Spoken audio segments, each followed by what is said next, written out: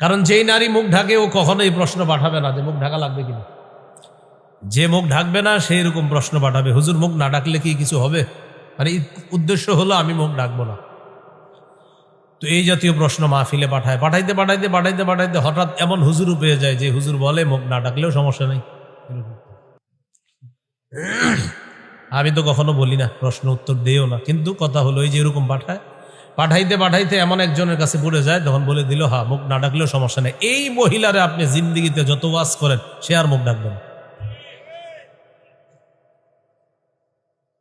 এখন বলেন মুখ যদি না ঢাকে তো একটা ছেলে একটা মেয়েকে বিয়ে করার আগে তার চেহারা দেখে কিনা? একটা ছেলে মেয়েকে বিয়ে করার আগে একটা আয়োজন হয়, মেয়ের বাবা 4-5 জনের জন্য আয়োজন করে, ছেলের মা পরিবারের অন্যান্য নারী সদস্যরা মেয়েটাকে দেখতে যায়। তো মেয়েকে দেখতে যাওয়ার পর কি দেখে? তো ওই বাড়িতে যাওয়ার দরকার কি, চা দোকানের সামনে দেখলি তো। এখান থেকেই বোঝা যায় চেহারা ঢাকতে হয়, চেহারা ঢেকে রাখতে হয়। এখান থেকে বোঝা যায় চেহারা ঢেকে রাখতে হয়, চেহারা না ঢাকলে পর্দা হবে না। আল্লাহ তাআলা বলেন ওয়াইদা সাআলতুমুহুন্না মাতাআন ফাসআলুহুন্না মিন ওয়ারাই হিজাব। সাহাবীদেরকে লক্ষ্য করে আল্লাহ বলেন যখন তোমরা নবীর স্ত্রীদের কাছে কিছু চাও পর্দার আড়াল থেকে চাইবা। এখন আপনারা বলেন সাহাবীরা পর্দার এই পাশে, আম্মাজানরা ও পাশে, আম্মাজানরা মুখ বের করে রাখছে। আল্লাহ তাআলা বলেন পর্দার এই পাশ থেকে তোমরা চাইবা, ও পাশে নবীর বিবিরা থাকবে। আয়াত প্রমাণ করে, এই আয়াত প্রমাণ করে নারীরা মুখ ঢাকতে হবে। নারীরা কি ঢাকতে হবে? মুখ ঢাকতে হবে। কারণ একজন নারী ঘরের ভিতরে তো মুখ ঢেকে থাকে না, উনি ঘরের ভিতরে তো মুখ ঢাকে না। এখন আপনি যখন তার কাছে কিছু চাইতে যাবেন, আল্লাহ বলে পর্দার এপাশ থেকে চাও, তার মানে একজন নারী তার মুখটাকে পর্দার ওপাশে যখন থাকবে অটোমেটিক মুখ ঢাকা থাকবে। এই জন্য আল্লাহ বললেন পর্দার এপাশ থেকে কিছু চাও। সহিহ বুখারীর বর্ণনা। আম্মাজান আয়েশা সিদ্দিকা রাদিয়াল্লাহু তাআলা আনহার হার হারায় গেছে।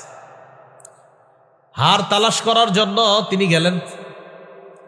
তো তিনি হার তালাশ করে আসলেন, আসার পর দেখে কি তাকে বহন করা যে পালকিটা, এই পালকি সহ বাহন চলে গেছে।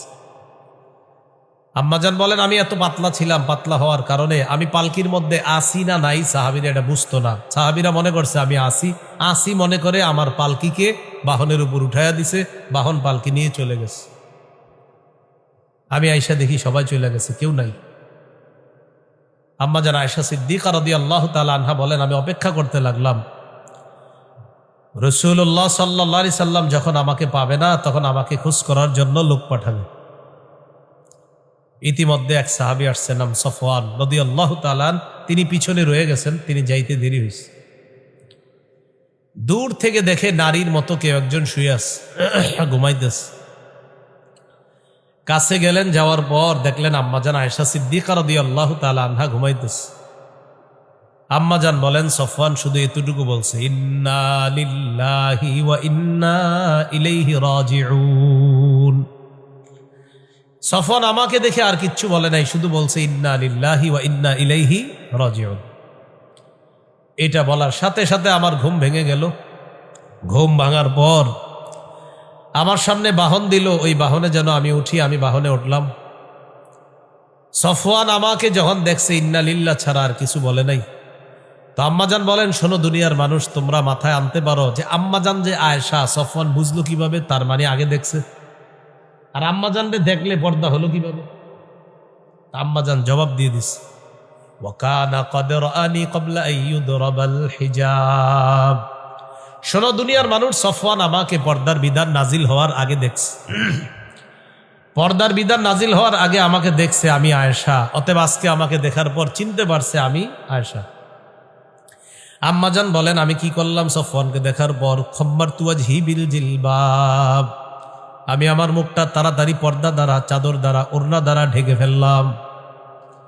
এখন আপনারা বলেন আম্মাজান চেহারা কেন ঢাকলেন? হ্যাঁ বলেন, সবাই বলেন চেহারা কেন ঢাকলেন? তাহলে চেহারা পর্দার অন্তর্ভুক্ত কিনা? চেহারা ঢাকতে হবে। চেহারা না ঢাকলে শরীয়ী পর্দা হবে না। সারা দুনিয়ার বিজ্ঞ ওলামায়ে কেরাম এই ব্যাপারে একমত, মাযহাবি লামাযহাবি সবাই একমত, পর্দা চেহারা সহ। চেহারা ছাড়া পর্দা হবে না। আধুনিক ইসলাম কারো অনেকে কায়েম করতে চায়, এদের ভাষ্য মতে চেহারা খোলা থাকলে সমস্যা নাই। এটা হলো যারা বলে যে ইসলামকে মডার্ন করতে চায়। মোহাম্মদ সাল্লাহ সাল্লামের ইসলাম 1500 বছর আগে, এটা যেমন তখনও শ্রেষ্ঠ ছিল, এখনও শ্রেষ্ঠ আছে, কিয়ামত পর্যন্ত ইসলামই শ্রেষ্ঠ থাকবে। এটা আপনি নতুন করে সাজাতে হবে না। তো অনেকে আসছে, আইসে কি বলবে এখন? বলবে মডার্ন মডার্ন, আধুনিকতা। আপনি মডার্নগিরি করাইতে গিয়া বউরে সবার সামনে দেখাইবেন, এটা নাম দিবেন মডার্ন। হ্যাঁ, এটা বেহায়াপনা, এটা নির্লজ্জতা, এটা যারো সন্তান তৈরির একটা নীলনকশা। এই জাতীয় কাজ কারবার না করা। আল্লাহ আমাদেরকে বুঝার তৌফিক দান করেন।